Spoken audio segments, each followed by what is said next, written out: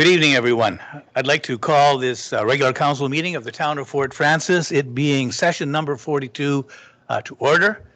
What a pleasure it is to see some folks in the gallery. Welcome. I'd like to start off with a territorial acknowledgement. We begin by acknowledging that we are within Treaty 3 territory and that the land on which we live and work is the traditional territory of the Anishinaabe people and homeland of the Métis Nation. As taught by a Treaty 3 Ojibwe elder, when we speak about the land, we recognize that we are the land. The land is all of us, both Indigenous and non-Indigenous. The land is a collection of our history, our current experiences, and our future together. We offer this land acknowledgement in the spirit of reconciliation, recognizing the historical and contemporary impacts of colonialism, while committing to working together as Indigenous and non-Indigenous people to build a better future. Is there any disclosure of pecuniary interest? Seeing none, that brings us to delegations and deputations. There are none of those, but we do have a presentation, and I would like to welcome Richard B., the CEO of the Fort Frances Public Library. I think, Richard, this is your first appearance before council. And what a pleasure it is to have you here, so welcome. And we also welcome the Library Board Chair, Sherry de Gagne. Thank you, Sherry, for coming.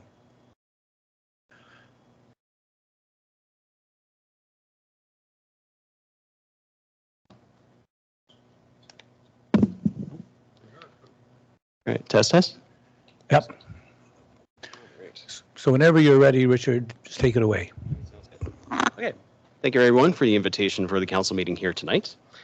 So tonight, I am bringing forth to council's consideration the estimate for the Fort Frances Public Library Technology Center's estimated 2024 operating budget. So we can advance to the next slide, please. So just a brief overview of what the presentation will entail. First slide, we'll go over the overview of the 2024 operating budget, kind of giving a more general overview of the revenues and expenses, and their changes from 2023 budget year. Next set of slides after that will be illustrating the major changes for the operating revenues from 2023. Next one after that is the operating expenses, and then some important notes regarding the overall 2024 operating budget for council's consideration. So next slide, please. So here we have the estimate for the 2024 operating budget. So overall, it's a bit of a mixed bag. So for the revenues, we do have an expected increase in the operational revenue and a decrease in HST excluded. The primary difference between those two lines is that for the operational revenue, HST is included within those specific operational revenue lines. So that's why we have the two different revenue lines there. For total expenses, there are increases across much of the board for the expense lines. The sole decrease is actually within the salaries, wages, and benefits. We are anticipating a 3.3% decrease, which amounts to a little over $8,000 in savings for that line. And then overall, the asking amount for the library from the council is $625,570, which is a 3.8% increase from the previous year. Next slide, please. So the major changes in the operating revenues from last year. So one of our primary revenues is through our photocopier. So a photocopier, that entails public printing, making copies for the public. It also includes a few other lines like faxing and purchase of envelopes, for instance. We're anticipating a 19% increase on that, but as you can see, it's a fairly minimal financial amount of $800 in increase for that specific operational revenue. The next revenue we're anticipating to be increased is our room rental. Now this pertains specifically to our Shaw Community Hub room. That's the primary booking space that people have available. That's where we hold a lot of our programs, but it's also where we allow people to book the space for X amount of time, either per hour or half day or full day. And we charge for bookings for that specific room. We are anticipating a 33% increase in room bookings for the space. which amounts for about $2,500 in financial amount. One big difference in operational revenue is that we will not be applying for the provincial summer experience program grant. Last year, the library did apply for this grant. It was roughly $3,600 in amount. Unfortunately, the library did not receive that grant. From what I understand, the money available for the grant had already been sort of, there was a lot of applications and the library was not included or considered for grant funding for the year. For 2024, we're not going to do with the application for that specific grant. And then we also anticipate a decrease in one of our revenue lines, specifically for late fines. So this will be overdue amounts that are usually paid by individuals who maybe keep library materials for extended longer period of time than they had signed out. We are actually anticipating a 33% decline in that revenue line, which amounts to about $2,000. This is based specifically on 2023's actual revenues, and also it is part of a overall trend in a decrease in that revenue as well. Next slide, please. So major changes for the operating expenses for 2023. As mentioned before, the salaries, wages, and benefits is expected to be lower. This is specifically because the salaries full-time is anticipated to be 2.7%, which is $8,300 or close to $8,400 lower. But this is specifically because the amount of, or the permanent staff at the library, there's been a fair amount of turnover for staffing. So in regards to the pay wage for the pay band scale, it means a lot of new permanent staff are starting at a lower wage. So right now, this is sort of the lowest that can be anticipated for a lot of the salaries for the permanent staff at the library.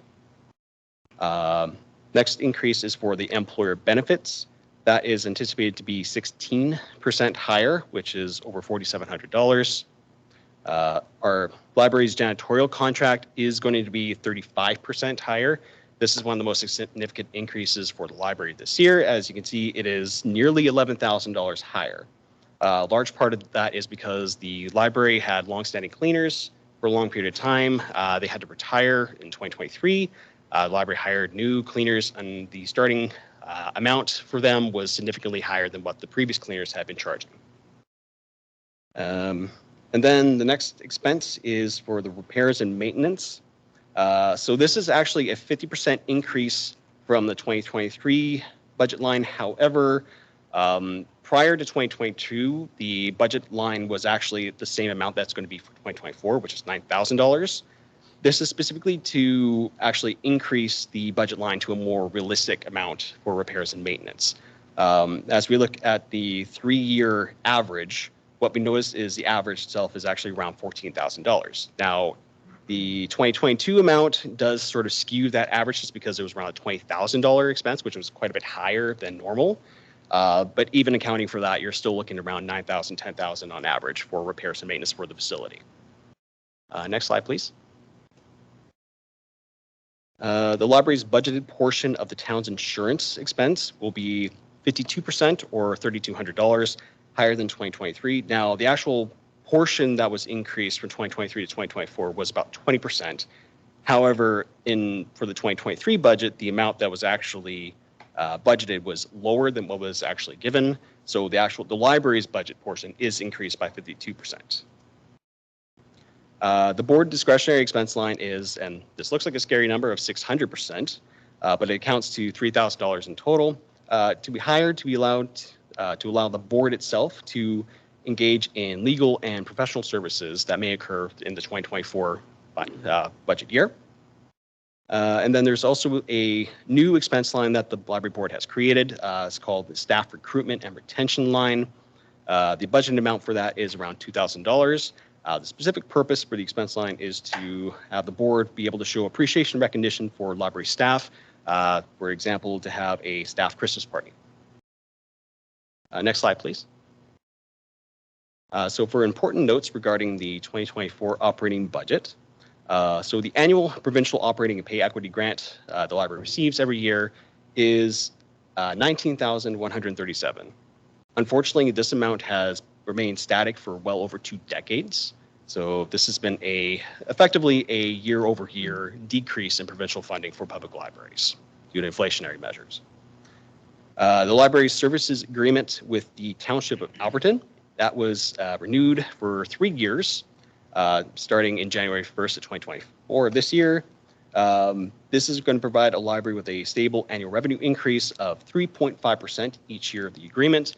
The amount that the library will be receiving from Township Alberton this year is a little over $4,500. The library has increased our non-resident membership fees by 3.3% to cover for inflation, to helping recover some, generate some more revenue for the library to offset the expenses. One note wish to make to council is that nearly all the library services expense lines have effectively been frozen at the current amounts since 2020.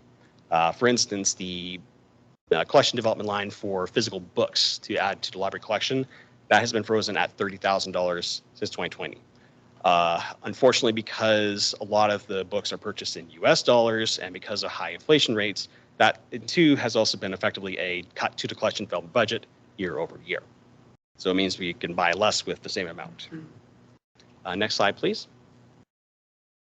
The total estimated amount for materials is, believe it or not, still $1,650 less than what it was in 2020. In that year, the amount was budgeted for $10,150. And the amount that is budgeted for this year is still in line with the average expense that has been accrued for the library over the past few years. And then finally, the licenses expense line has a budget of $1,000. Previously, what was expensed to that specific line had previously been going into the offensive activities. This year, this line was developed just more to have a better understanding how much was being spent specifically for library licenses, as compared to kind of having it all pulled together in just one single expense line, having it a little more confusing to figure out. And I believe that concludes my presentation. Thank you very much. That was a very informative and succinct presentation. I'll just ask the councillors if they have any questions or comments. So councillors, oh, we see some. I'll go with Councillor Bean first and then Councillor Bernetta. Thank you, Mr. Mayor. I'll echo the Mayor's comments. Thank you, Richard, for your presentation. I too thought it was a very succinct overview of their 2024 library operating budget. You highlighted the major changes in revenue and expenses for the coming year. I also want to thank you, Richard, as our new CEO, for the fine job you've done on your first budget go around, and also the library board overall for its diligence in finalizing this budget. We had 2 special meetings over the past month to go line by line to the budget, and we did our very, very best to get it as tight as we possibly could. I just want to say that given this time of high inflation and the high costs of uncontrollable items that you talked about, the janitorial contract, the insurance, and the maintenance and repairs, I thought the overall increase of 3.8% compared to the 2023 budget was certainly reasonable, and I applaud the board for their hard work in trying to keep it as low as possible. I do have a question through the mayor. I see that we're not going to do one summer student this year because of the loss of a grant. I'm just curious, how many summer students are we looking at hiring? I know it depended on grants. And I'm just curious, what kind of impact would it have on the budget if we didn't go with summer students, both in terms of the budget itself and in terms of library programming and services that we offer over the summer months? Thank you. Okay. So what I understand, the library has traditionally hired 3 different summer students. So one is through the Provincial Summer Experience Program, one is through the Federal Canada Summer Jobs Grant, and the third is through the Federal Young Canada Works Grant. For the Canada Summer Jobs position, that typically is someone who is hired for a period of 8 weeks, and that individual runs STEM-focused programming, so STEM being the acronym for science, technology, engineering, and mathematics. So the idea is they're offering additional programming on top of this in the summer for children and families to attend at the library with that STEM focus. The Young Canada Works position specifically is to hire somebody to help run what's called the TD Summer Reading Club. Now, this is a nationwide summer program that's put on across Canada. It's a very popular summer program that usually involves weekly activities and prizes and programs that are put on to kind of help with children maintain reading during the summer, because there's always a bit of a summer drop off for a lot of students during the summer months as they're not engaged with reading as much. Financially, what that usually means is for the Canada Summer Jobs Grant, because the library is able to apply as a nonprofit, the vast majority of the expenses incurred for that salary are covered by the federal government. Now, this year, unfortunately, not all of it is covered. So we applied for a grant to have a starting salary of $18.49 for the student. The response we received back is that the federal government will cover most of it at $16.55. So there is a little under $2 an hour cost that the library will have to bear for that one specific position.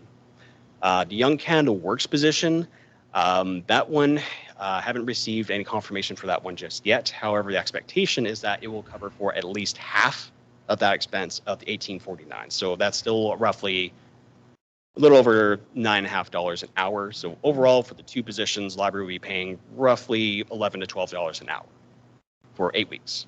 So financially, it doesn't have a large impact on the library itself, but it allows us to provide a lot more programming and events to occur for people in the Fort Frances community during the summer months.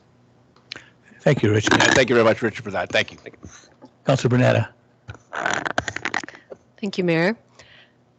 Thank you for the presentation, Richard. I really liked how you separated out the licensing, as you mentioned, so that you can distinguish it.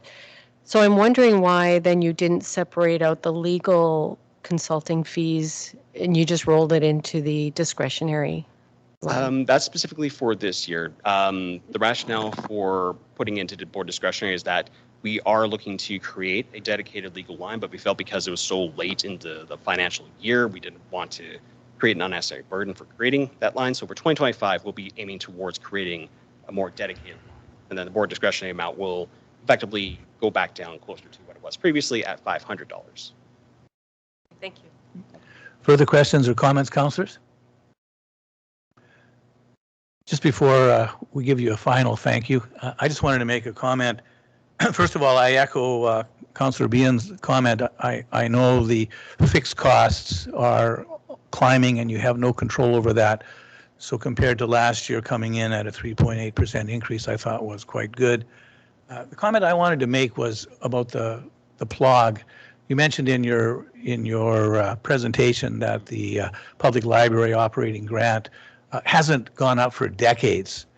And I think that's important because municipalities, the town of Fort Frances, has the same problem with funding that we get through our funding, which is supposed to increase to compensate for downloaded services. You have the same situation at the library. And not only that, in the past few years, Ontario Library Services North and Souls had their budgets cut by 50% and were forced to amalgamate. And those are really worthy organizations that provided services to libraries at no cost.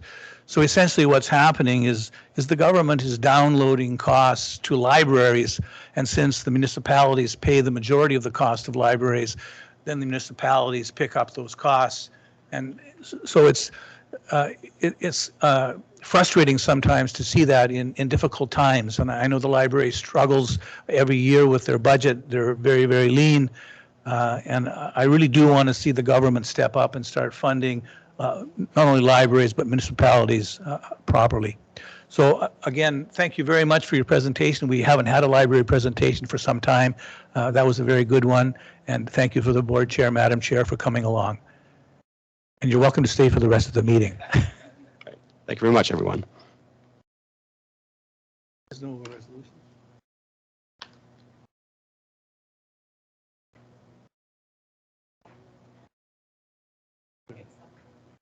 Okay. I just got a pertinent piece of information from the clerk. She's requesting that all people watching or attending virtually make sure that their microphones and cameras are off, except for councillors. Thank you. So, moving on. Correspondence. We have 3 items under correspondence. 6.1. This is a resolution from the town of Newmarket regarding notice of meetings and announcements. And this is something that's pertinent to us. We're fortunate in our community that we have a community newspaper, a local newspaper. And I hope that we have it for some time and that it never closes. But across the province, we're seeing small newspapers close. And so what happens in legislation is we're mandated to announce meetings, and we're told that we have to put ads in the newspaper. And the move now with community newspapers, local newspapers closing, is to put the ads out electronically. And so that's what this correspondence from the town of Newmarket is asking for. And I think that we should support it because there could become a time when we need to electronically put out announcements. So I'm going to put an oral motion on the floor that council requests that administration comes back with a resolution supporting the town of Newmarket resolution. And could I get a mover and seconder for that, please? Councillor Mackey, Councillor Bernetta. Is there any discussion on that motion? Seeing none, I'll call the question. All in favor? And that's carried. And I don't see anyone opposed. Item 6.2 is another resolution. This is a resolution from the municipality of Prescott and Russell, and it's supporting AMO policy. And I just want to make the comment, this resolution is calling on the government to, again, as I mentioned earlier, come forward with more funding. Municipalities cannot continue to operate with the funding that they get from the province. Again, I mentioned that our funding has been stable for many years. Actually, in our case, our funding has gone down. That's the Ontario Municipal Partnership Fund. And yet we've been downloaded costs that the province used to pay 100% of, and now the province or the municipality has to pick up those costs. And costs are skyrocketing, and we have no control over those costs. So we definitely need some help from the municipality, or from the province, and this is what this resolution is calling for. So again, I'd like to put an oral resolution on the floor that council requests that administration bring back a resolution supporting the municipality of Prescott and Russell resolution regarding social and economic prosperity review resolution. And that's a resolution right from AMO. Could I get a mover and seconder for that, please? Councillor Behan, Councillor Olson, any discussion on that? I'll call the question. All in favor? That's carried, and there is no one opposed. Okay, that brings us to item 6.3, which is the AMO registration. We registered early so that we could save some money and get a cut rate, but now we need bodies. In addition to myself and the CAO going, we have room for 2 councillors. I'll just make a suggestion. I know that councillors Kircher and Olson haven't had a chance to go yet, so I would give them, if it's okay with the rest of council, first refusal. Councillor Olson says no. I said no 2 meetings ago. Okay. Thank you. Okay. So then we'll go to, let's see, Councillor McTaggart was just at the last Roma meeting. Councillor Bernetta had a chance to go, but unfortunately was struck down. So I guess then we would go to Councillor Mackey and Councillor Behan. Are you interested in going, Councillor Behan? Yes, I'm interested in going, Mayor. Okay. Councillor Mackey, are you interested in going? Yes, I think I would be. Okay, so then we have our slate, and thank you, councillors. Okay, that brings us to reports. Oh, thank you. There is a resolution. It's not an oral one. Recommendation is the council approve the AMO registration conference dated August 18 to 21, 2024, held in Ottawa, Ontario, for the following members, and that is Andrew Halikas, Councillor Behan, and Councillor Mackey.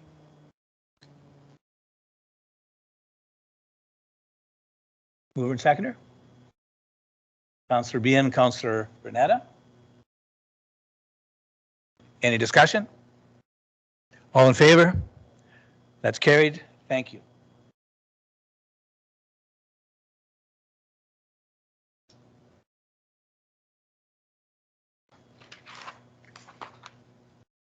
Okay, and that brings us to council reports on board and committee activity. I will go first.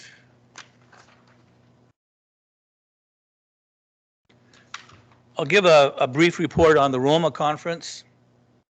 Interim CAO Rob and myself attended the Roma conference along with Councillor McTaggart. We left on a Saturday. We had attended the Sister Kennedy edition and then rushed to Thunder Bay, catch our plane, and on to Toronto. The theme of the conference was closer to home, and we were fortunate enough to get 4 delegations. Delegations are where you have an audience with cabinet ministers, and our delegations were with the Solicitor General, the Honorable Michael Kersner, regarding OPP costs. We had a delegation with the Minister of Economic Development, Job Creation and Trade, the Honorable Vic Fideli, regarding a tax incentive zone. And we had 2 delegations with the Ministry of Finance, although we ended up speaking with his parliamentary assistant, Rick Byers, regarding railway taxation and funding. And I'm pleased to say that all delegations went well, although unfortunately they were all on the same day, which was kind of exhausting. And then we had a council meeting that evening. But the conference itself was particularly good. There were a lot of opportunities to network. We met with a lot of vendors that provide goods and services to our municipality. It was a bit exhausting because the conference used to be longer and they've crammed it into several days. So we arrived on a Sunday morning, went directly from the airport to registration, and then right from registration to the conference. And then once we registered, we went to conference programming. And I won't speak to the programming. It's in my report. But I do want to say that there were a lot of very good sessions, a lot of opportunities for learning, a lot of chances to hear from the government, including the Premier, as well as cabinet ministers, and opportunities as well to hear from knowledgeable civic employees, where you could actually ask them questions that might have a bearing on what was going on in your community. Just some follow-up. The delegations, as I mentioned, went well. We were definitely listened to and we were heard. Whether anything comes out of that or not is another story. But we had some very good discussion. The ministers had done their homework. Our CAO, Travis Robb, had prepared an excellent brief. You could tell that they had read the brief, and some of the ministers had actually looked further into it or had their staff look further into it and were briefed. We had the Minister Kersner instruct one of his staff to contact our CAO. This is the one about the OPP costs. We have the second highest per household OPP costs in the province, and that's not sustainable. So Minister Kersner instructed one of his staff to contact our CAO regarding a breakdown of OPP costs and a discussion of why they were so high. There's also new regulations coming in about Police Services Board, and they're going to look at the new regulations to see if Fort Frances can receive some sort of consideration. And then when we spoke to Minister Fideli about a tax-free zone, so that's where municipalities were rigidly governed about incentives that we can offer. And we were looking to be able to offer more incentives to business and industry to locate not only in Fort Frances, but in small rural districts in Northern Ontario. And the Minister Fideli, was quite interested, and in fact, he had proposed a similar concept for his community when he was mayor in North Bay. So we had an excellent discussion with him. And he suggested that we pass our proposal on to the Ministry of Finance. Now, we have done similar proposals to the Ministry of Finance in the past. Our CAO is or did follow up with that. I wrote a letter to the Ministry of Finance, and we put it together with the CAO's report, and we have sent it off to the Minister of Finance. I don't think we've heard anything back yet, have we? But we have hopes. And then our last 2 presentations on railway taxation and funding, we only get 15 minutes. Everyone only gets 15 minutes to do their presentation in a delegation. So we had to do 2 presentations in one in 15 minutes, and we did get it done, although we kind of scurried through it. But we had time for some good discussion with the parliamentary assistant. And then once we were done that, we breathed a sigh of relief, and we went back to regular programming. So well worth attending, and we'll see what comes out of it. The second thing that I want to talk about, again, is something that I know is near and dear to many of our residents in Fort Francis, and that's the International Bridge. I know many residents were shocked when they found out that the cost of bridge passes was basically tripling. And I do want to emphasize that that was a business decision. That bridge was losing money. It didn't get COVID funding. It had to stay open during COVID, and they were losing a lot of money. So they did what they had to do to stay viable. At any rate, we had formed a committee of bridge stakeholders, and the committee has grown to be quite some size. We started off with representations from International Falls, the Falls mayor and the Falls city manager, but we also have representation from American state and federal government, and now we have representation from Canadian, provincial, and federal government, as well as First Nations representation. So at our most recent meeting, which was held at Rainy River First Nations, they graciously hosted us out there. We had about 24 people in live attendance, and then we had about another 24 people online. And it was a very good meeting. Everyone had a chance to weigh in on the bridge situation. I know that our American friends are very keen on getting a brand new bridge. The International Bridge is over 100 years old, so a new bridge, I think, is in order. And so toward that end, we set up 2 committees. One committee was a short-term committee where we're going to look at seeing if we can get some funding from the Canadian government to help bring down the cost of bridge passes. The second committee is a long-term committee where we're looking at hopefully getting it sometime in the future, and it'll be a slow process, a brand new bridge built that has no tolls, that is toll-free. So we're going to continue to meet, and I'll continue to report. And I do want to add that the Rainy River First Nations are amazing hosts. At the end of the meeting, they treated everyone to a fish fry feast, and the food was excellent. And I just want to finish off with one brief comment about our own Councillor Burnetta. There's a lecture series called the Gateway Lecture Series that does lectures across the province on things for municipalities that are happening in the province. And they had a lecture on enhancing emergency management in rural Ontario. And we all know how important emergency management is, especially with climate change. We've had a couple of floods here. We've had the pandemic. It's crucial that we have good emergency management. And so this Gateway Lecture Series presented a PhD student who presented her research on emergency management, and Councillor Burnetta was the NOMA representative on a panel discussion. And I just wanted to comment, I took in the lecture that it was a very good lecture. Everybody was well informed, but Wendy Burnetta, in my opinion, gave the most interesting answers to the questions that were posed to her. She was very knowledgeable and well reasoned in all of her answers. So thank you for that, Wendy.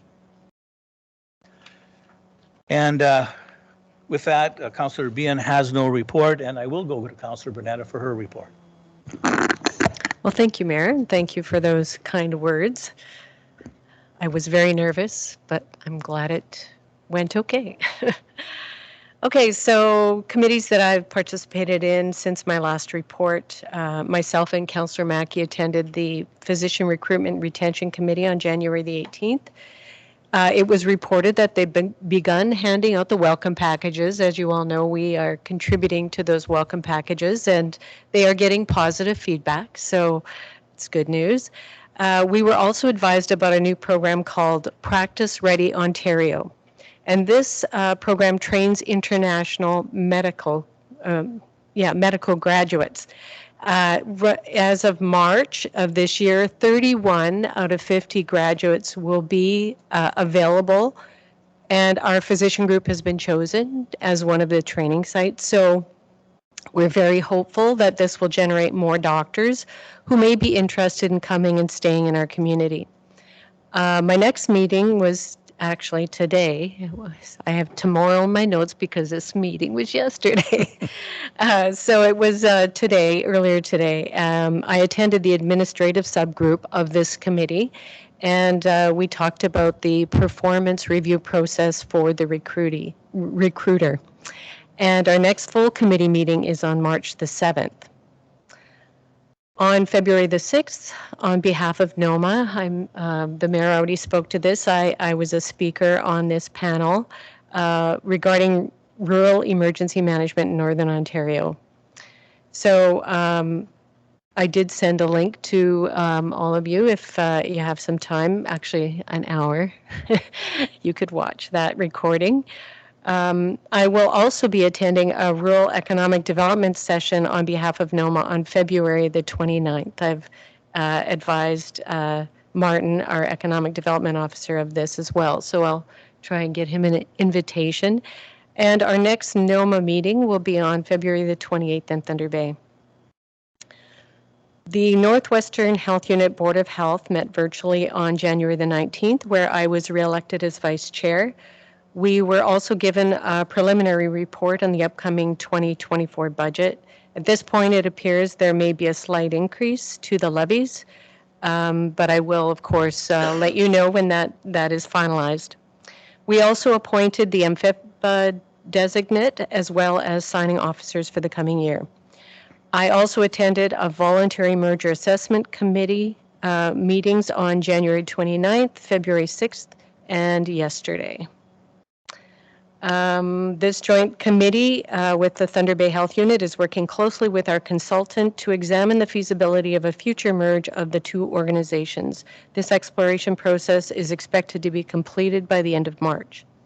I will be attending the virtual winter symposium of the Association of Local Public Health Agencies on February 14th to the 16th, and our next Board of Health meeting is on March 1st. Thank you.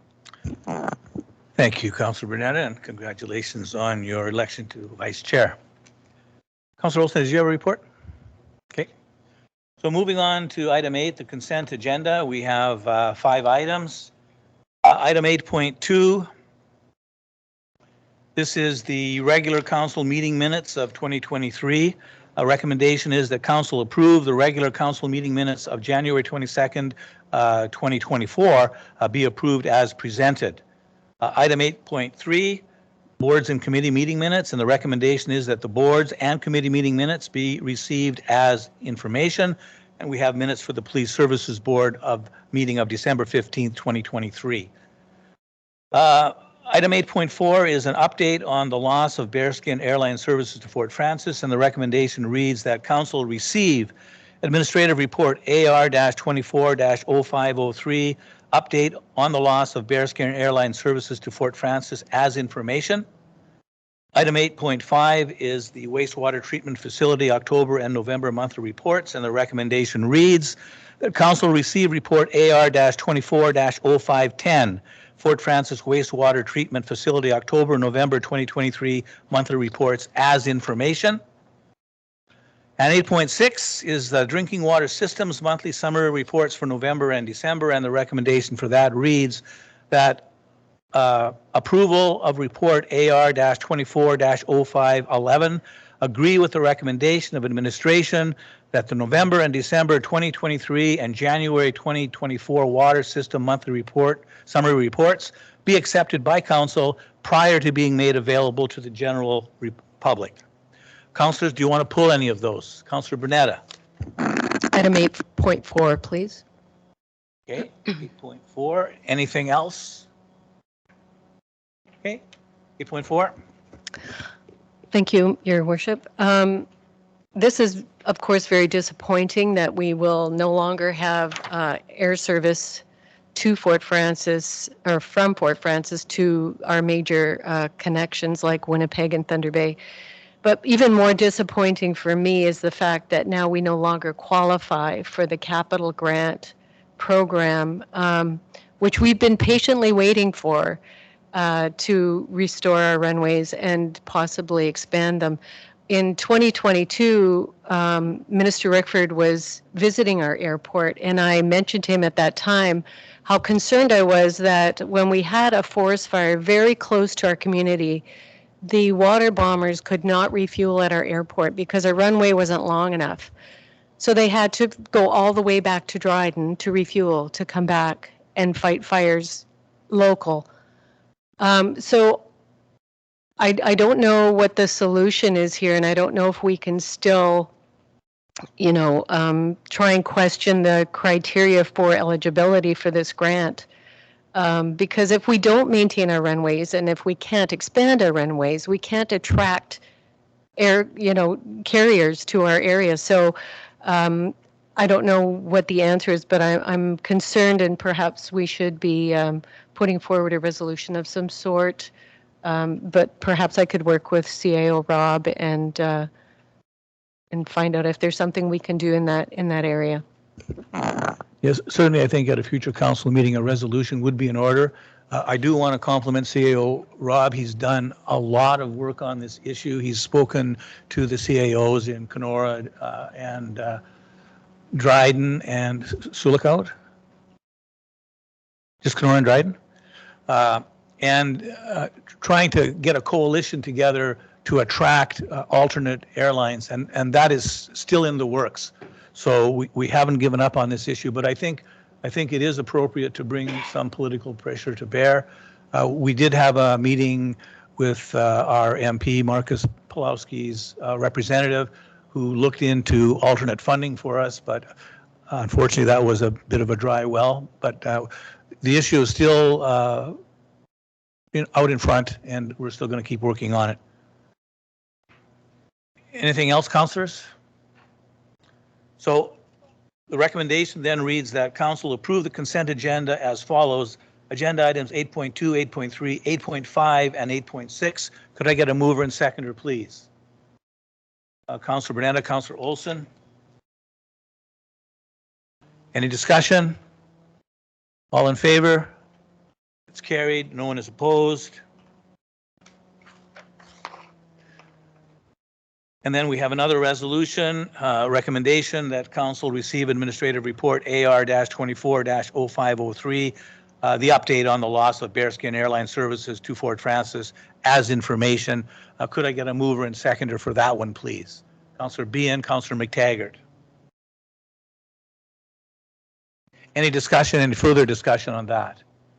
Calling the question, all in favor? That's carried and no one is opposed. Thank you.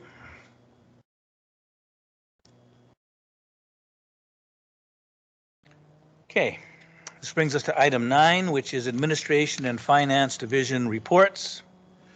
Item 9.1 deals with the joint Rainy River District OPP Detachment Board. This is something new and will come into effect on April 1st.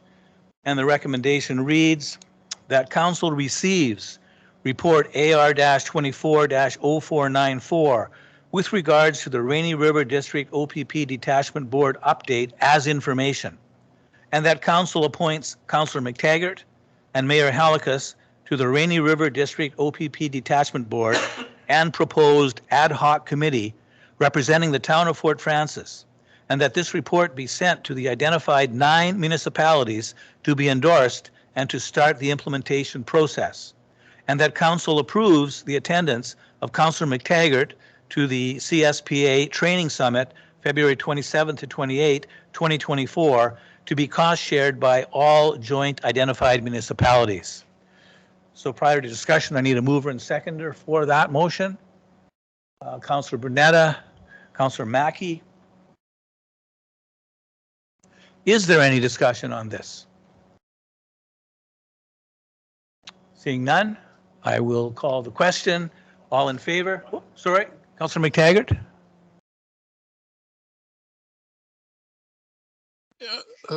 Thank you, Your Worship. I'm having trouble with my video, so if you'd be patient with me, please. I'm just questioning in the report. There's a suggestion that municipalities set aside $2,500 in their budgets for the first year. Could I just get a little information through you, Chair, the rationale behind that? Certainly, I'll go to the clerk.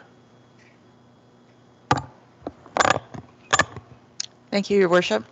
So in the package as well, I included some of the information that was historically provided. And I know that there was a report and information sent actually from yourself, Councillor McTaggart, on some of the costs associated with our current board. And our current board, we were looking at, I believe the number was $16,000 a year.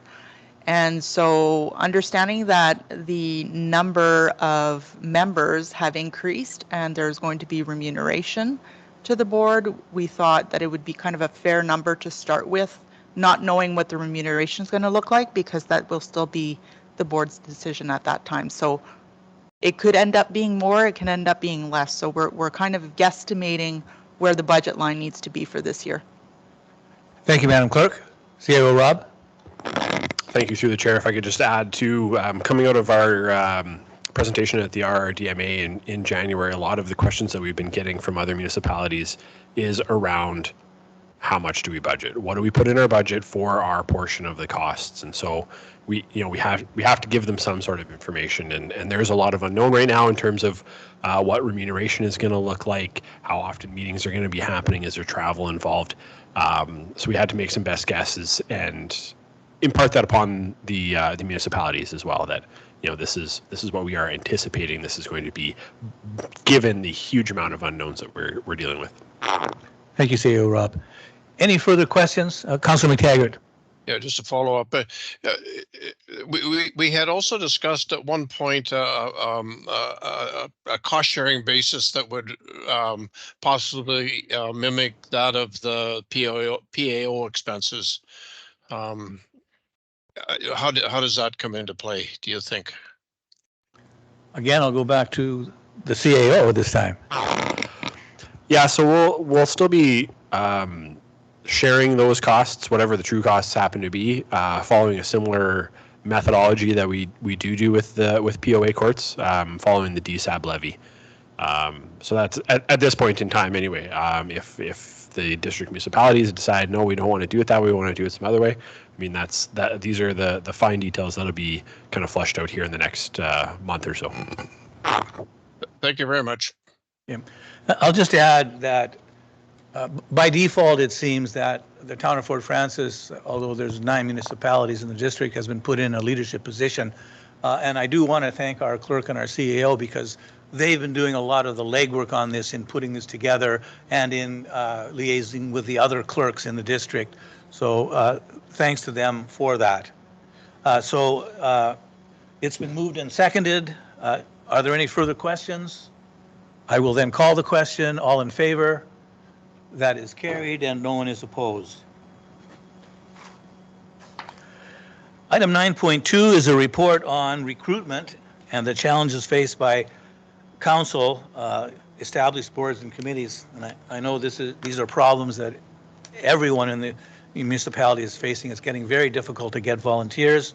I'll put the recommendation on the floor. The recommendation reads: the council received report AR-24-0513, report on recruitment and challenges faced by council, established boards and committees, and that the corporation review its efforts to enhance outreach strategies and streamline its application process to make it more accessible, offering assistance as needed, and that the organization continue to review and update its committee structures to ensure that they remain relevant and effective, free from unnecessary burden where appropriate, and that we explore additional avenues for our citizens to interact with the municipality beyond establishing boards and committees. So prior to discussion, a mover and seconder, please. Councillor Olson, Councillor Behan. Is there any discussion on this? Councillor Brunetta. Thank you, Your Worship.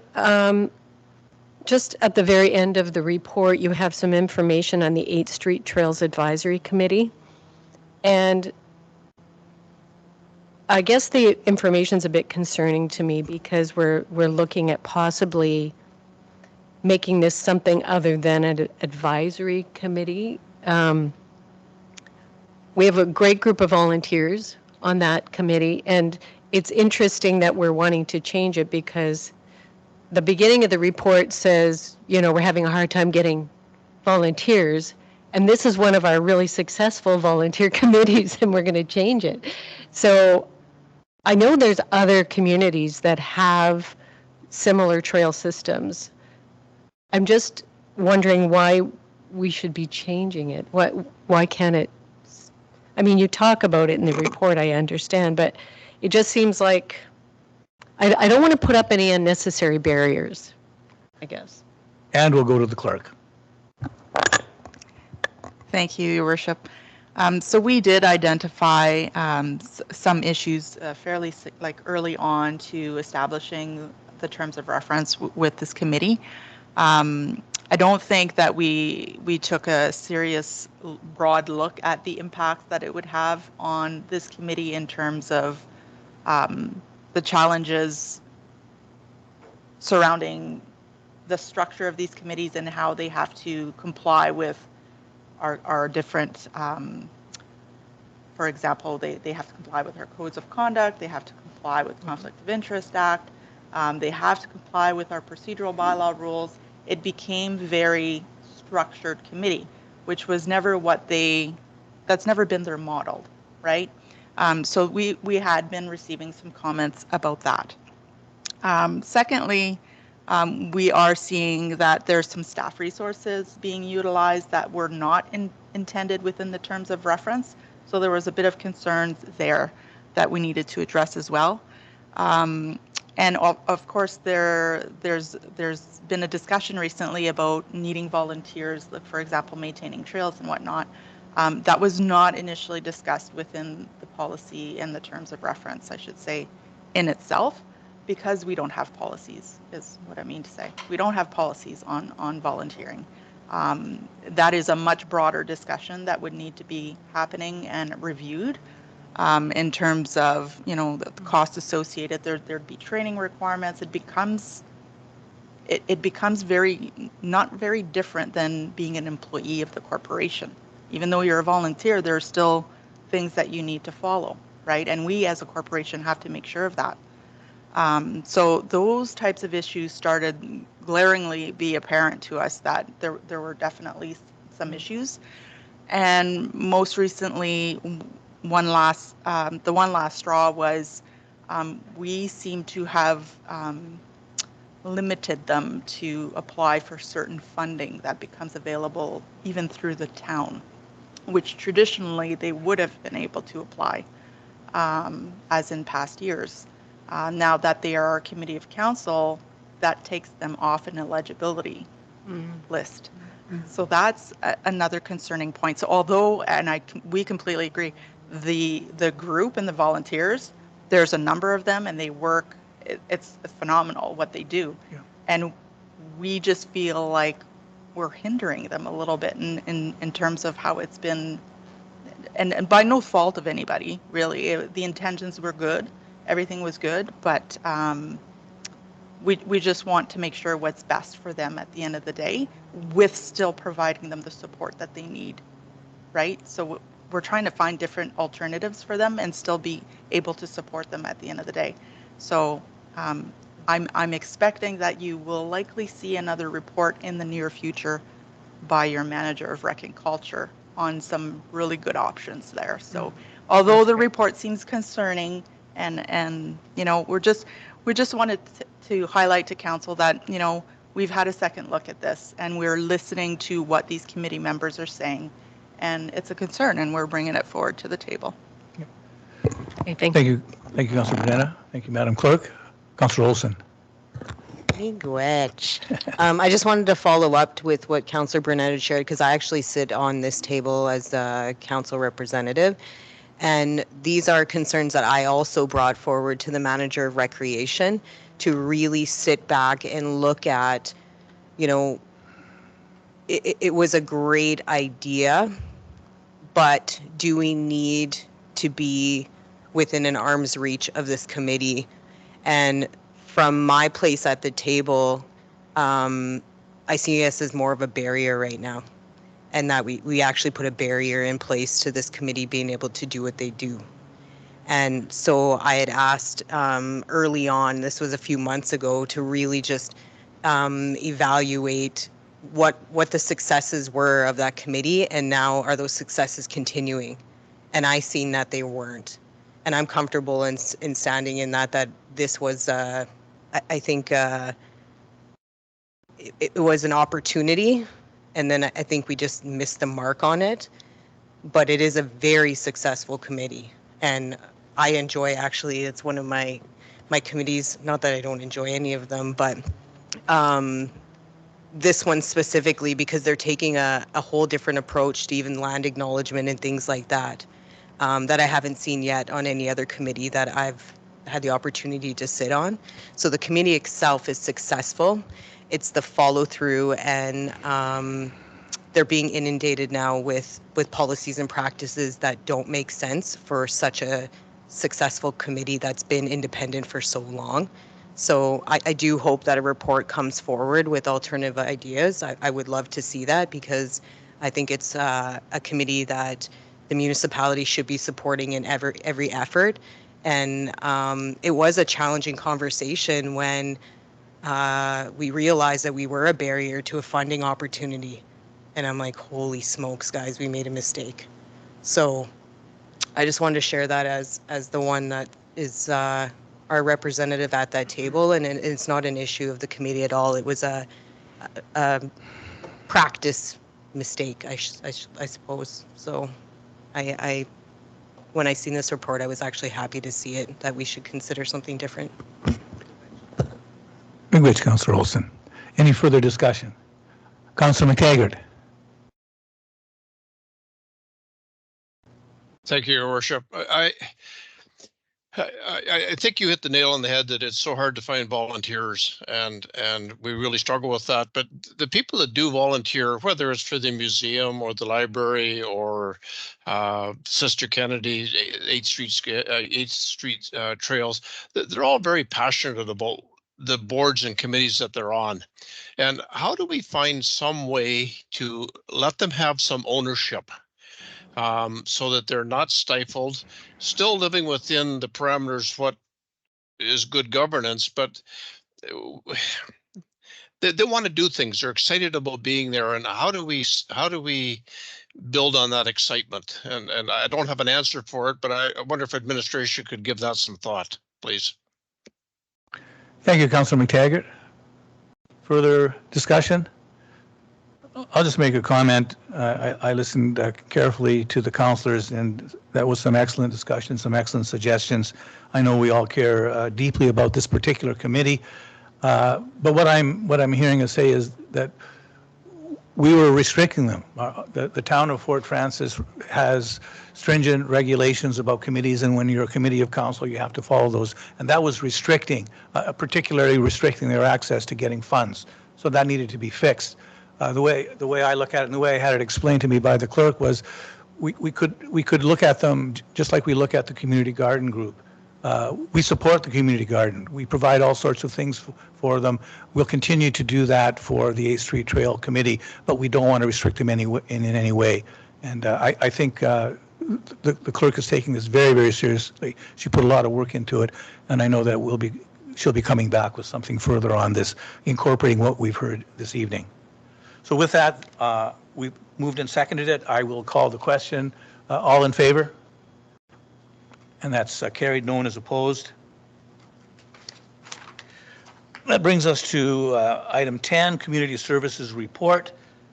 This is the Hallett and Owandam Restoration Project, and it's the design concept. So I'll put the recommendation on the floor and we can discuss it. Recommendation reads that Council directs administration to move forward with concept 3B as outlined in report AR-24-0495 for the berthing of the Hallett and Owandam along Front Street as part of the Hallett and Owandam Restoration Project. Could I get a mover and seconder, please? Councillor Kircher and Councillor Behan. Just wondering, before we begin, if our community recreation manager would like to speak to this. Culture and recreational manager. Yes, thank you, Your Worship, for the opportunity. I just wanted to give a brief overview of the report because there's a lot of different pieces that formed it. So we're at the part in the project where our consulting group had come back with the initial 3 concepts, met with the town team. We talked at length about a lot of different variables to consider in terms of the intended use of the space, potential projects that are going to happen around that space, like the Shevlin Woodyard pieces, and trying to find a concept that would allow for a event space that ties into the current use of Front Street with our parades that go down there, as well as the bass tournament, how it might converse with the development of the Shevlin Woodyard, and again, create that atmosphere of a place that we can put programs and events in. So the consultants took our feedback and created concept 3B for us. We brought that concept forward, brought all 4 concepts forward to our museum advisory committee, who also had a discussion at length about different pieces that we liked and disliked about the concepts.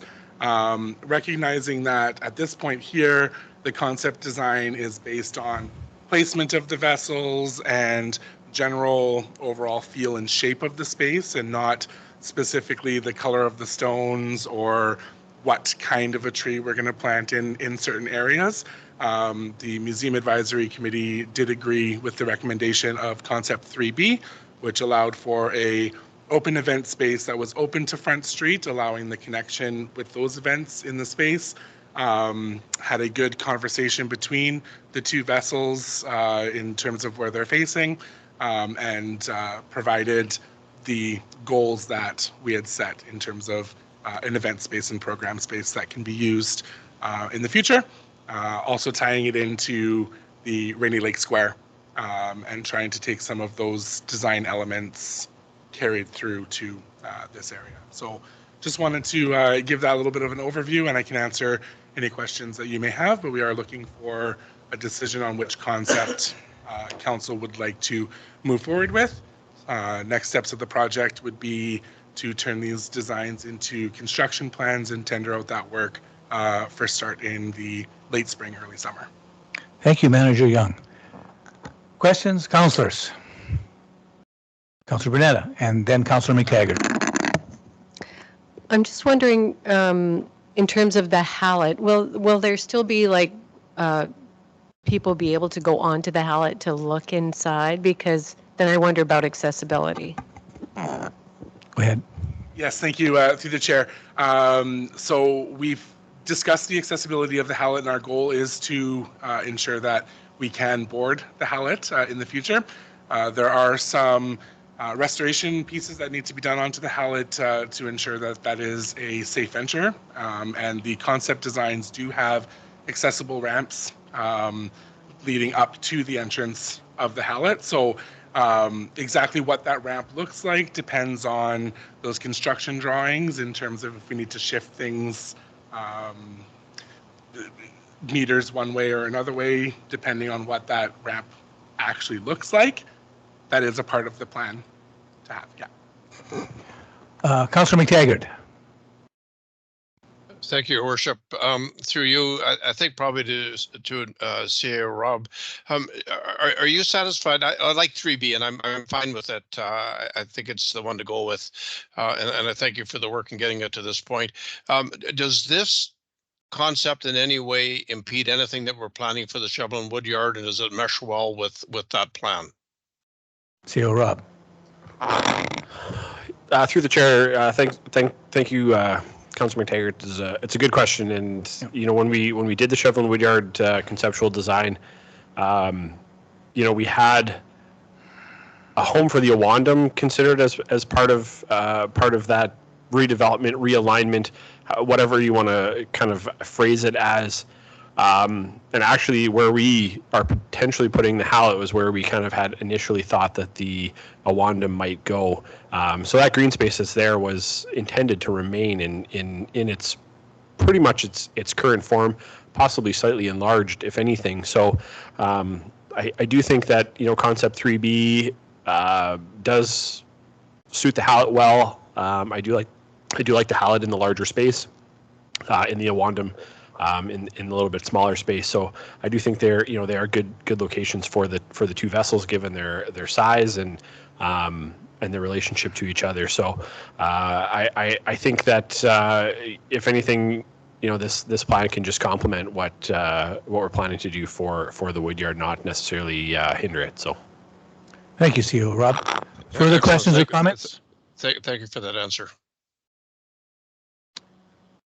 Seeing none, I just wanted to make a comment. I just want to thank council and administration for following this through. It's been a long time coming. It's going to be a real pleasure seeing the Awandum and the Hallett together displayed at the waterfront. I know we have a lot of our residents who put a lot of time and effort into seeing this to fruition, and we're getting very, very close now. So it's been moved and seconded. I will call the question. All in favor? And that's carried, and no one is opposed. Moving on to item 11, which is Planning and Development Division reports. 11.1.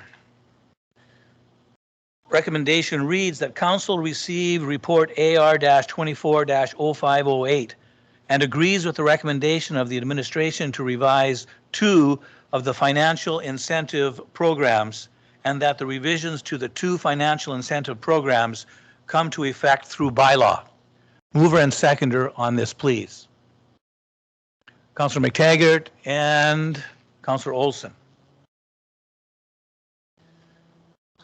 I'm just wondering if administration wants to discuss, and they do. Go ahead, CEO Rob. Thank you through the chair. So if council recalls, back in late 2023, we brought some updates to our residential revitalization financial incentive program. What we have before you is 2 additional programs that the town does offer that are much like the residential, quite dated in their requirements and incentives for that matter. So myself with John, who unfortunately is away this week, and Martin have been talking at length about the programs, what they should look like, could look like, as well with Don, our treasurer, and have put together some amendments for council's consideration to try and bring them up more in line with market conditions and you know what is happening in other communities around us.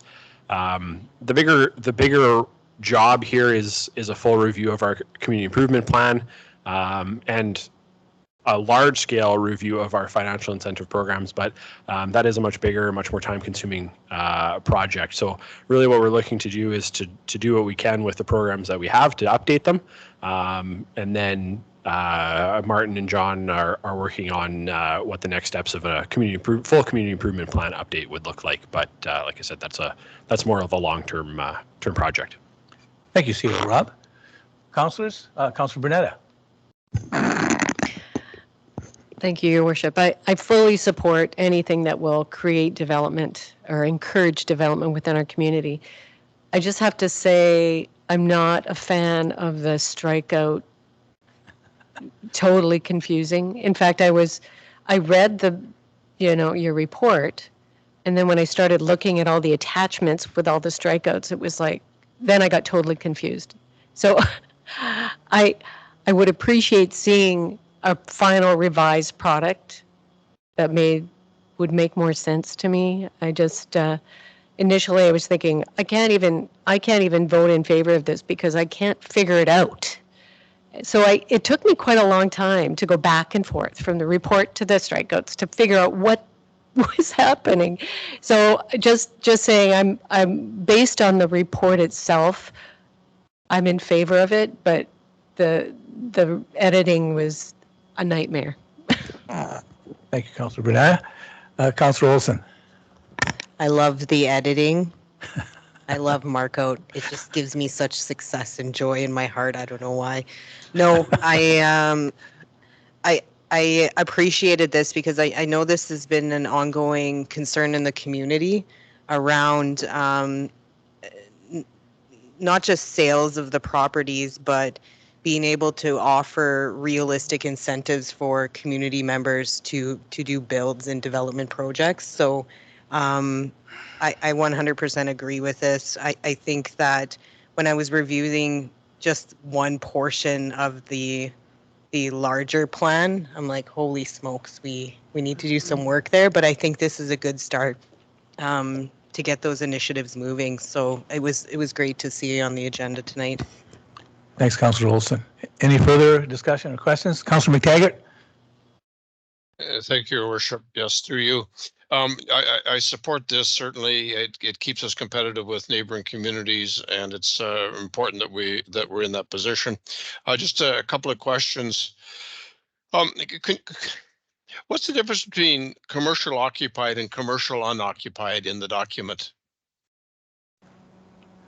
Who's going to take that, Councillor CO Rob? Sure, I will. Do you have a page for me, Councillor, by chance? Oh, that one I don't. I've got other page numbers for other notes, but I just want to make sure I'm talking about the right thing. That's all. it was down deeper in the document, but I'm sorry, I do not have a. Is it in the community improvement plan or in the in the programs? It was in the programs. You know what? It's not going to be relevant at this point. In any event, it was just a question I had. I didn't fully understand. We can figure that out later. Is there a max? Do we have a maximum cap on what a particular grant can or a recipient can receive for a grant? I see in I think it's Kenora, they cap it at $5,000, but I'm seeing this upwards of $30,000 in some of our information. And go ahead. So depending on the grant program that you're looking at, we have established different caps. So the multi-residential has a cap based on number of units, where the diversification has a I will say a soft cap in terms of dollar commitment. You will notice in the diversification program, if an entity is looking for additional support, that it is under the discretion of council to give that additional support. So when we looked at our dollar cap under the diversification program, we really looked at things like sewer and water servicing, typical costs for driveway approaches, things like that. That typically are within the control and purview of the town of Fort Frances, and are usually at the expense of work undertaken by the town of Fort Frances, but at the expense of the developer, and what kind of, I guess, a typical build might look like. thank you. Okay. Any further questions or discussion? Seeing none, I will call the question. It's been moved and seconded. All in favor? It's carried. No one is opposed. Brings us to item 12, which is Operation and Facilities Division reports. And this one deals with the water treatment plant pump. Recommendation is that council receive report AR-24-0514 and approve additional capital funds in the amount of $83,600, including the town's portion of HST, from water and sewer reserves to fund the replacement high lift pumps number 2 and number 3 at the water treatment plant. Mover and seconder, please. Councillor Behan, Councillor McTaggart. Questions, comments? Councillor McTaggart. Yep. Thank you, Your Worship. Through you, I support this expense. We have to have those pumps running all the time. My question is in regards to the fire protection pump. Can I get some explanation of, is this not working, and what is it actually protecting, and what are the plans for it? I'll go to one of our engineers, Mr. Miller. Thank you, Your Worship, and through the chair. The fire protection pump goes back to the original design of the plant before we had a standby generator at the plant. It was in place such that if the town had a power outage that affected the water treatment plant, the diesel-driven motor would power the fire pump and provide water pressure to the town in the event of an emergency situation. However, as we've progressed and now have a generator present at the plant that can operate the entire plant during a power outage, that fire pump has become redundant because the normal high lift pumps are able to operate during a power outage now. And in fact, the whole water treatment plant operates during a power outage. So we've actually since removed the motor that drives that pump. We've also removed the fuel storage tanks inside the water treatment plant. And so we have the pump still installed in the plant, but we look forward to adding a motor to that pump now and making it an installed spare pump so that we have that additional capacity at the plant if needed. Thank you. Further questions or comments? Seeing none, motion's been moved and seconded. I will call the question. All in favor? And that is carried. No one is opposed.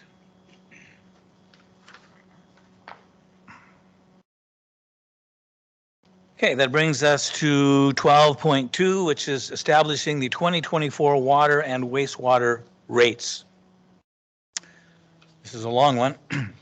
Recommendation is that council approval of report AR-24-0515 agree with the recommendation of administration to continue with the direction set out by the former O&F Executive Committee in December 2022 and approve scenario number 4 on spreadsheet number 1 as the water and wastewater rates for 2024 as further outlined in the report. Scenario 4 achieves the direction established by the former O&F Executive Committee to incrementally increase contributions to reserves while closing the gap between residential and ICI rates. And that a bylaw be brought to the next meeting of council so that the fees can be implemented on March 1st, 2024. And that council directs administration to investigate the feasibility of alternate forms of revenue generation in the form of new water and sewer user fees that would be applied to serviced lots with dormant water and sewer services, and also would be applied to unserviced lots that have water and sewer servicing available to the lots. The additional revenues would provide additional contributions to the water and sewer reserves in anticipation of increased draws upon the water and sewer reserves as extensive capital projects are undertaken in the next 2 to 10 years. I need a mover and seconder for this one. Councillor Bernetta, Councillor Behan.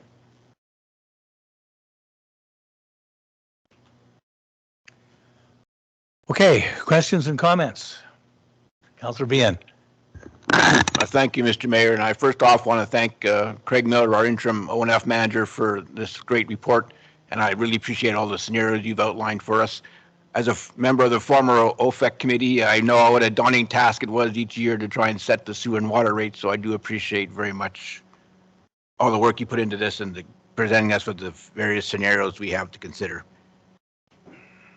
Before I ask my main question, I'm wondering, for my own sake, as a refresher, and maybe for the public and the media who are covering this, can we sort of, maybe Craig or Mr. Rob, talk about the actual gap that we do have between the residential and ICI rates and how that came to being and how we're trying to address that now and sort of what the gap is and what scenario 4 would do in terms of reducing that gap, if you can.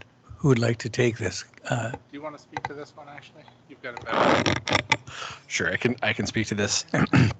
So probably the best thing to look at would be spreadsheet number 3 if everyone that is following along wants to look at this. So on spreadsheet number 3, what we do, it is a bit of a convoluted spreadsheet. I will be the first to admit that.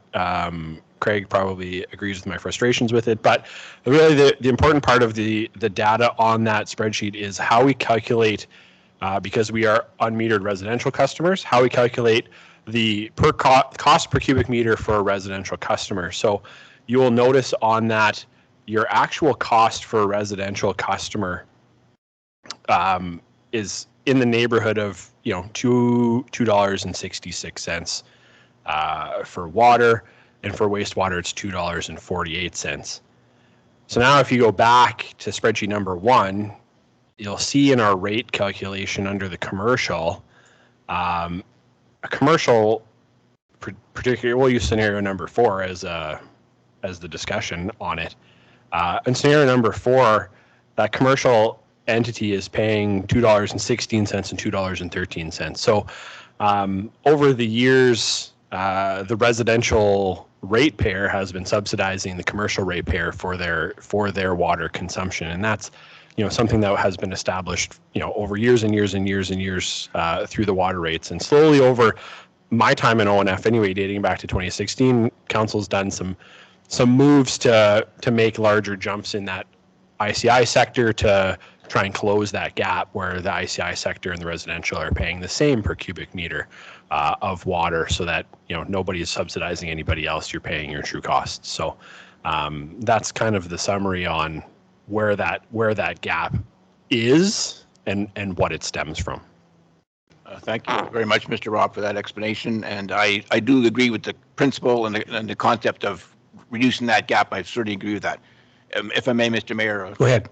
I'm thinking, though, I have to admit, I am a little bit hesitant seeing that I think it was 4.25 we're looking at for the IC increase versus, I think, 2% for residential. That does concern me a little bit. I am thinking that, well, I want to see the gap reduced.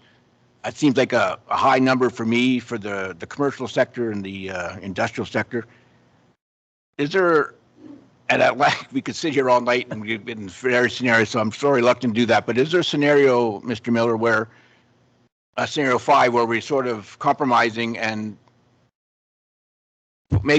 increasing the residential maybe to maybe 2.25% and then reducing the commercial and IC or industrial by maybe to 4%? And I'm wondering what that would do in terms of our revenue generated as well as the surplus that we could project with that, because I'm just a little bit concerned about 4.25 for the commercial sector. If there's a way you can do that tonight, or if it's too complicated, but that's what I'm just wondering.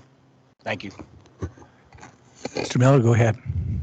Through the chair, yes, we do have that ability to run through an additional scenario if you'd like to look at that before, if we can do that immediately or tackle any other questions and then do it at the end. I'm not sure what might be most beneficial, but yeah, definitely.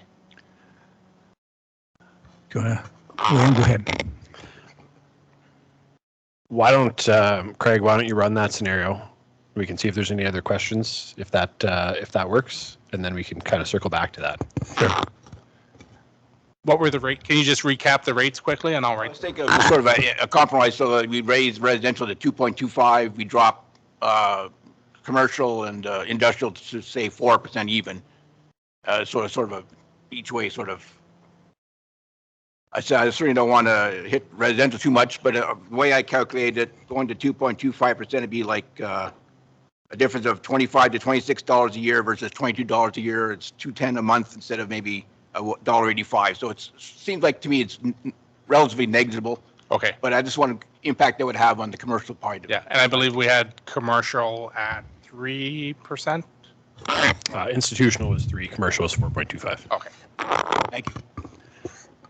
While Mr. Miller is doing that, are there any other questions on this issue? No.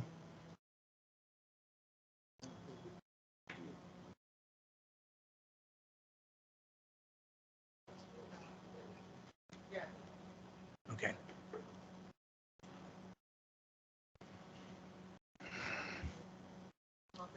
Yes, Councilor Bernetta, go ahead.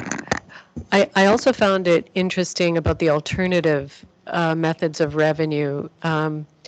You indicated that you might look at a scenario similar to our natural gas charges, where your fee is split into two. So part of your fee is a delivery charge, and the other part is your actual consumption. So that I found that really interesting because we do have some lots that have those services available to them. Maybe they're not hooked up and they're not being used, but we get zero revenue for those. And if you did split it so that you have this delivery fee, then you would still maintain some revenue from those vacant properties. So I thought that was really a creative way of looking at increasing our revenues, because we do have, you know, costs associated with delivering those services. So it made sense to me. I thought that was a really good idea. Yes, Mr. Miller. Through the chair as well, having those services nearby those lots does add value to them as opposed to a lot that does not have any servicing available to it. So there's that consideration as well. Mr. Miller, how's the new scenario coming? Yes, Councilor Bien? If I may follow up on what Councilor Bernetta, I certainly agree with it as well. I think anytime we can find additional source of revenue, it's certainly going to help us, given what we just saw with the lift pumps that we have to replace. And obviously, there's some major repairs and maintenance coming down the track that we have to take care of. So I'm definitely in favor of that. I'm also curious that the scenarios you presented were without that kind of additional revenue factored in. I'm just curious what kind of impact that might have if you went that way, and we support that recommendation. CO Rob. I'll let Craig work here, and I'll Yeah, take fair this. enough. I was hoping you'd do that. So we've looked at this point in time. We've very high level looked at some numbers in terms of, you know, what might be available out there. I think, you know, probably the best opportunity would be to, you know, look at those properties that are serviced but disconnected. You know, some of the properties that, you know, seasonally are turned on, turned off, and, you know, have, I guess, that higher risk of having an issue and having us to, you know, have to go in and do work there.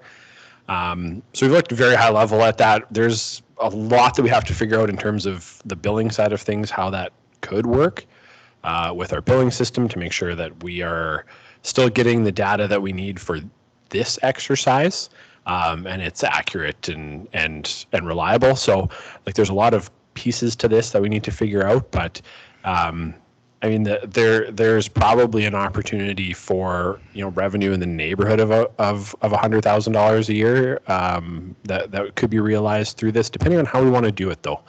You know, that part we still need to kind of flesh out in terms of what our opportunities are and what our challenges with our billing system are. So. Councilor Bien. So tonight, Mr. Rob, you're just looking at the recommendation to look at these things to know a specific action. Yeah, to investigate. Yeah, investigate. Yeah, through the chair, it would be something that we'd bring forward for 2025. Go ahead, Mr. Miller. Through the chair, so if we increase residential to 2.25%, institutional remains at 3%, and commercial drops to 4%, that changes the total revenue to $6,076,608, which is a change of about an additional 16,000. So it would make the net funding to reserves increase to about 40,000, just over 40,000 from 25,000. And I'm certainly leaning that way. I would like to see that, but up to the rest of council. If they think they'd rather go with scenario 4, that's fine. But I'm just looking at something like that. Thank you. Yes, CO Rob. Craig, can you just give us the annual rate for your residential, like that bottom table? If you do your 3 annual rates and then your per cubic meters, just so people can see what the comparative difference is between scenario 4 that they have and then new scenario 4. So like residential increasing to 93.85 per month. Yeah, so this is the bottom table. Yeah. In your spreadsheet number 1.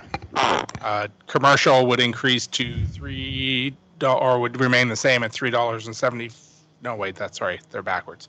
Commercial would be $3.74 per cubic meter, and institutional would be $4.29 per cubic meter.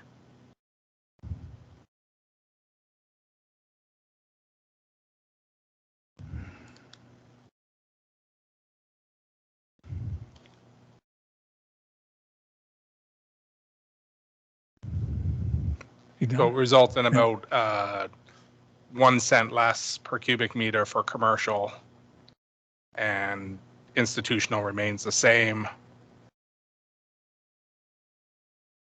385, and about 20 cents difference for residential per month.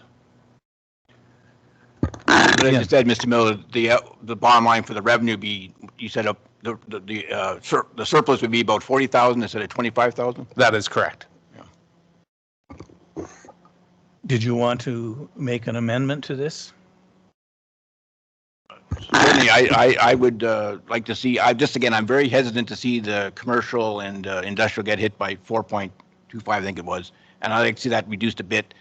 And if we're going to make more revenue out of it, then I think it's a good idea. While we're still hopefully reducing the gap as we set out to do. So I would like to amend it that we adopt scenario 5.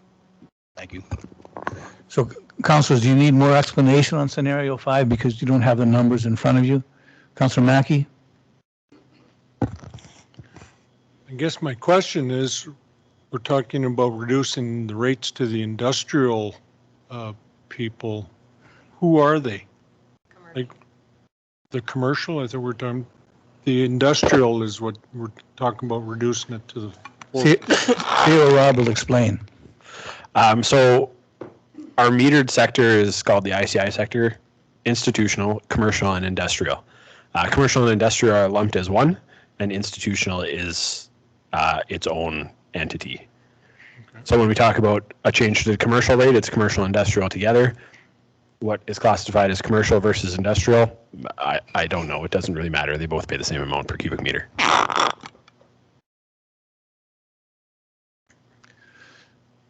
So again, councilors, there's a potential amendment here. Before I accept it, I want to make sure that you're clear what the amendment is. Do you need further explanation on the amendment? Councilor Kircher? Yeah, I would like more clarification on the amendment. I guess we'll go to Mr. Miller. Could you give us those numbers again, say compared to the recommended one, which was option 4?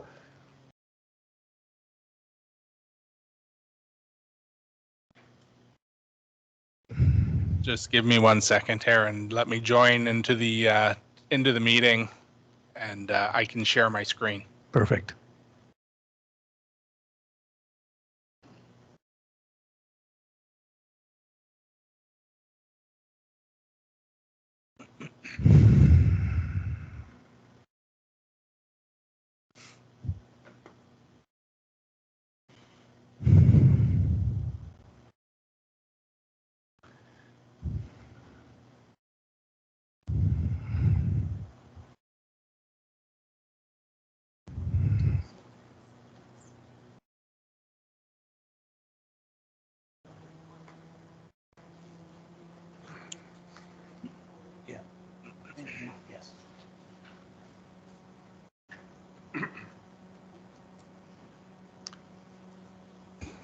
Okay, so the change that I made for the purposes of this meeting are highlighted in these boxes here, where residential is at 2.25%, institutional, which is 3%, and commercial and industrial at 4%.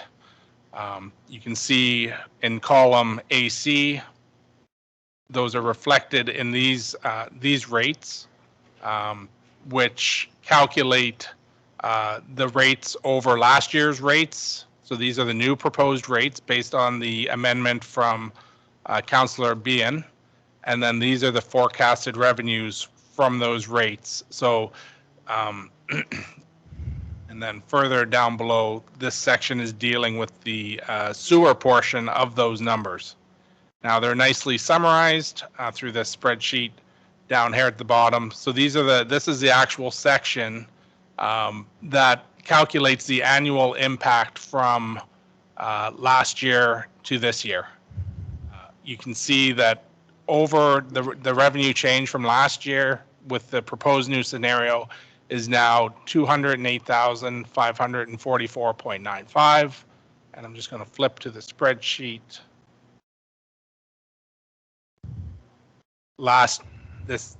The number submitted to council in the report was 192,000 $889.64.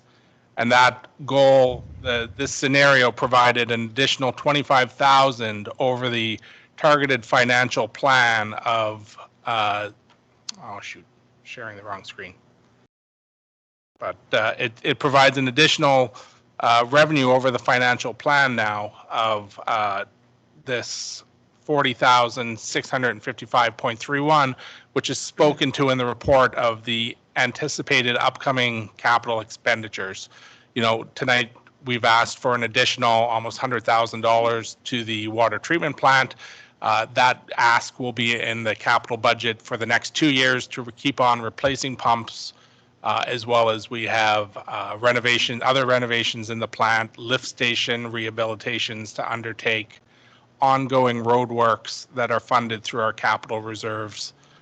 So while the treasurer often tells me that we're healthy in the reserves, when I let her know how much we plan to spend in the upcoming 5 years, it's not quite as healthy at that point.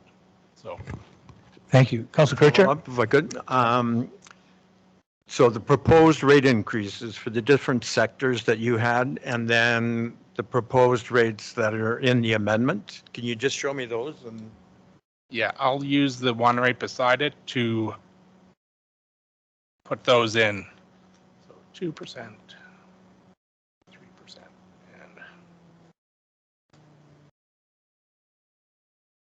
and so the columns X, Y, Z are scenario 4 in the report. So the 2%, 3%, and 4.25%. Columns AC, AD, AE are the ones that were just proposed by Councillor Behan.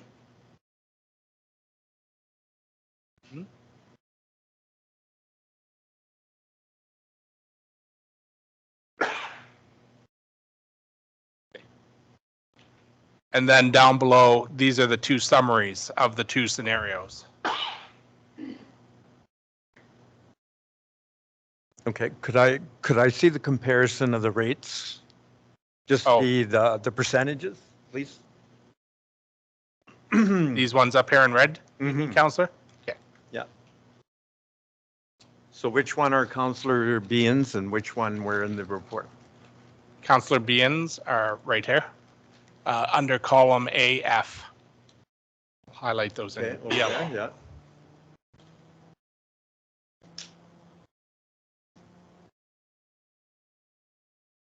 Okay, so commercial is down 0.25% and residential is up 0.25% roughly. Is that correct? That is correct.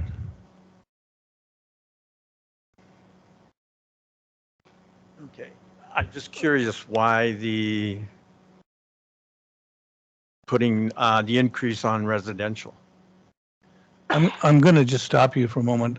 Again, I've been fairly flexible in discussion here, but please go through the chair. We don't want cross-table talk or cross-table talk this way, but go ahead with your question, Councillor Kircher. Thank you. I would like to know why the increase is on the residential sector.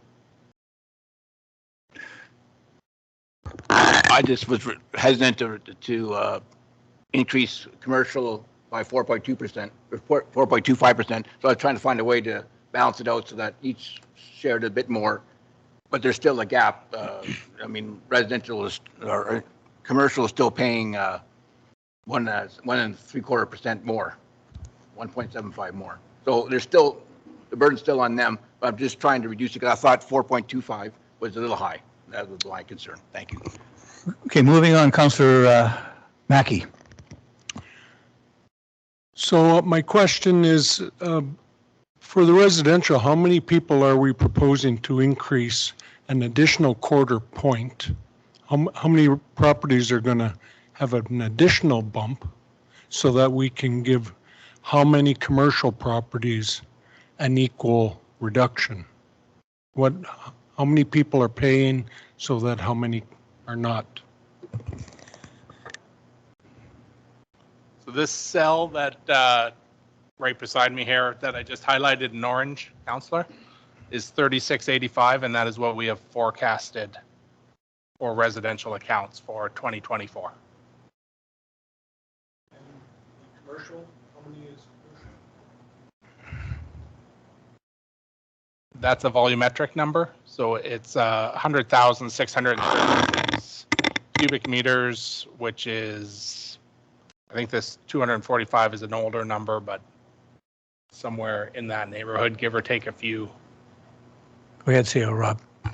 In spreadsheet number 2, it lists all of the commercial accounts, and there's like 3 pages of them.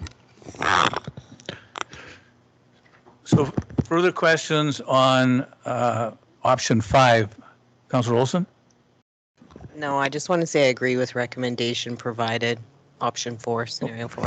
And I was just going to make that point. So there's, in a minute, there's going to be an amendment on the floor. If you don't like the amendment, you can vote it down. And if you prefer option 4, then you can vote for that. But I still want to make sure everybody has all the information they need on option 5. Are there any further questions on option 5? Okay, then I'm going to put the amendment on the floor, which is option 5. And basically, I'm not going to reread everything, but the amendment will have the following effect. Wherever you see scenario 4, you would strike that and you would put in scenario 5. So I need a mover and seconder on the amendment, which is to strike scenario 4 and insert scenario 5. Mover and seconder. I have a mover, I have a seconder. So the mover is Councillor Bien, the seconder is Councillor Brunetta. Any further discussion on the amendment? Calling the question on the amendment then. All in favor? Opposed? The amendment is defeated. We now go to the main motion. So we're back to what you have in front of you, where you have scenario number 4. That's been moved and seconded. And the mover was Councillor Brunetta and the seconder was Councillor Bien. Any further discussion on option number 4? Calling the question for option number 4. All in favor? Opposed? Option 4 is carried. Councillors, thank you for your discussion. That was some pretty technical discussion. Thank you, Councillor Bien, for your concerns. And many thanks to our technical wizards on staff.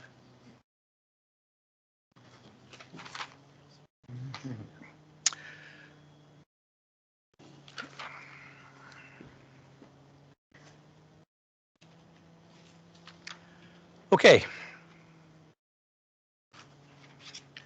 This brings us to bylaws. Item 13.1. Recommendation is that the following bylaws be introduced and read and finally passed, signed by the mayor and clerk, sealed with a corporate seal, and become law forthwith. There's 3 of them. The first one is that bylaw 90-23-A being a bylaw to amend bylaw 90-23 to define the mandate and meeting procedures for committees established by the corporation of the town of Fort Francis, in brackets, to establish the Fort Francis Professional Firefighters Association Negotiating Ad Hoc Committee. Bylaw number 2 is that bylaw 11-24 being a bylaw of the town of Fort Francis to adopt a civil marriage solemnization policy. And finally, the third bylaw this evening is that bylaw 89-23A being a bylaw to amend 89-23 to impose certain user fees, in brackets, civil marriage fees, for the corporation of the town of Fort Francis. Mover and seconder on this, please. Councillor Olson, Councillor Mackey. Any discussion? All in favor? That's carried. No one is opposed. Okay, item 14 is notion of motion to reconsider. There are none. Item number 15 is closed session. I want to make a comment on the closed session. I'll read the recommendation in a moment. But Councillor Kircher had requested that item number 3 be held in open session. I checked with the Integrity Commissioner.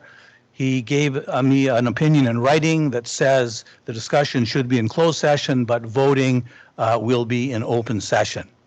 So the recommendation is that council now meet in camera in order to address a matter pertaining to 1, Economic Development Financial Incentive Request, 239-2 in brackets I, a trade secret or scientific, technical, commercial, financial, or labor relations information supplied in confidence to the municipality or local board, which, if disclosed, could reasonably be expected to prejudice significantly the competitive position or interfere significantly with the contractual or other negotiations of a person, group of persons, or organization.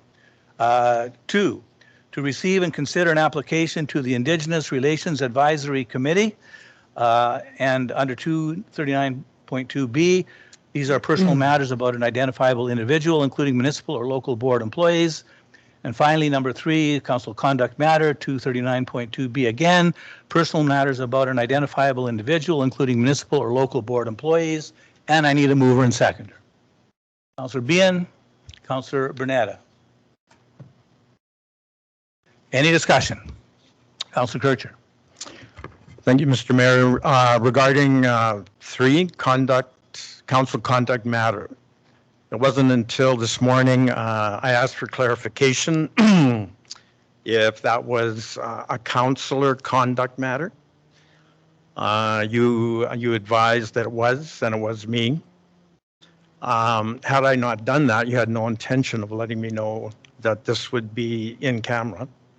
So I have no way of knowing what it was going to be about, how to defend myself. I have no information.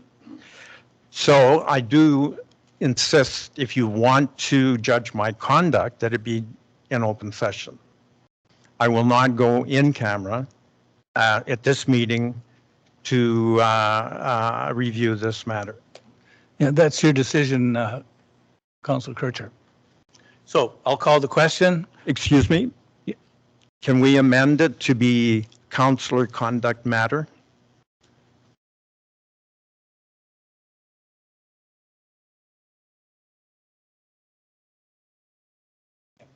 Okay, you need a seconder?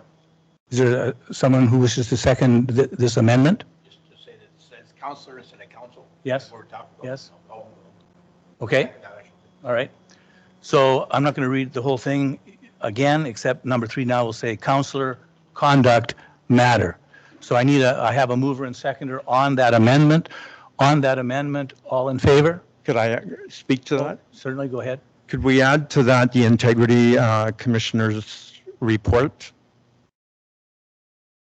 Advising the advice you just read, please.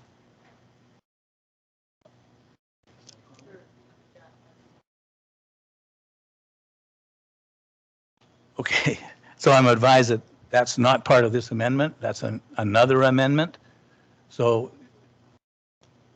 on that amendment, the amendment to the amendment, you require a mover and seconder. So I assume you're moving. Is there a seconder to the amendment on the amendment? Okay. Seeing none? Can you give me any idea of what the subject matter is? It's, as you described, it's a councillor conduct matter. There will be no judgment. It will be asking for an opinion. It's a verbal report, apparently. Yes. Okay. So a verbal report is whatever it is, right? Yes. Yeah. So how do I defend myself?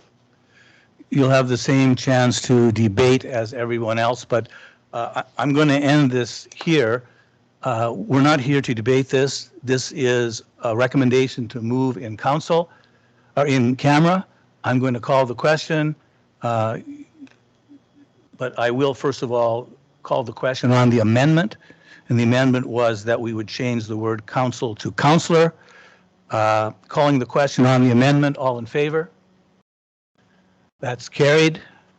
Anyone opposed? No opposition.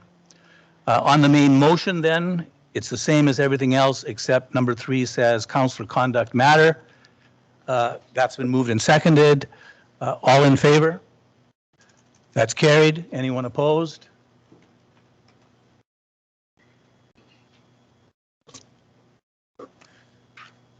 Okay. Mr. Mayor, for the Yep. record, I will not be going in camera. That's fine. I would like that recorded, please. Clerk will record that. Thank you. Okay, so we're moving into camera for those in the audience or virtually. I'm not sure how long we'll be in camera. It shouldn't be a long period of time, but once we're done in camera, we will come back in public session and report.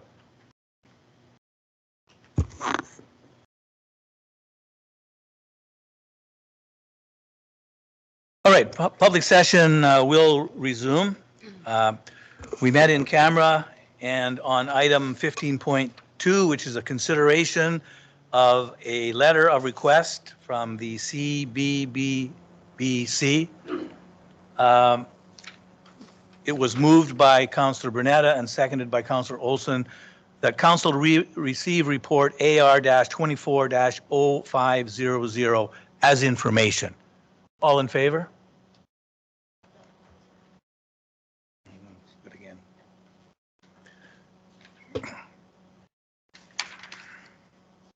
Item 15.3 was to receive and consider an application to the Indigenous Relations Advisory Committee. And the resolution reads, recommendation to be approved that council appoints Will Windigo to the Indigenous Relations Advisory Committee. That's moved by Councillor Behan, seconded by Councillor Mackey. I'll call the question. All in favor? And that's carried unanimously. And we greatly look forward to Mr. Windigo joining our committee. Item 15.4, we reviewed closed meeting minutes of January 22nd, 2024. The recommendation is that council approve the closed meeting minutes of January 22nd, 2024 as presented. Could I get a mover and seconder, please? Councillor Mackey? Councillor Bernetta? I'm fine, yes. Okay.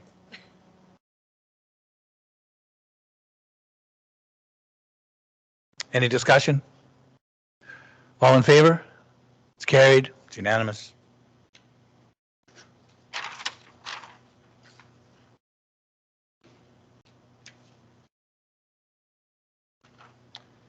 Item 15.5, recommendation is that council directs administration to submit to the Integrity Commissioner a request for inquiry on the code of conduct of Councillor David Kircher for possible code of conduct violations. Mover and seconder, please.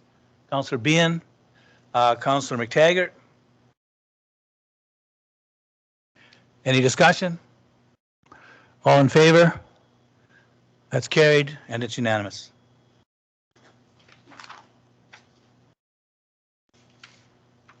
This brings us to the confirmatory bylaw.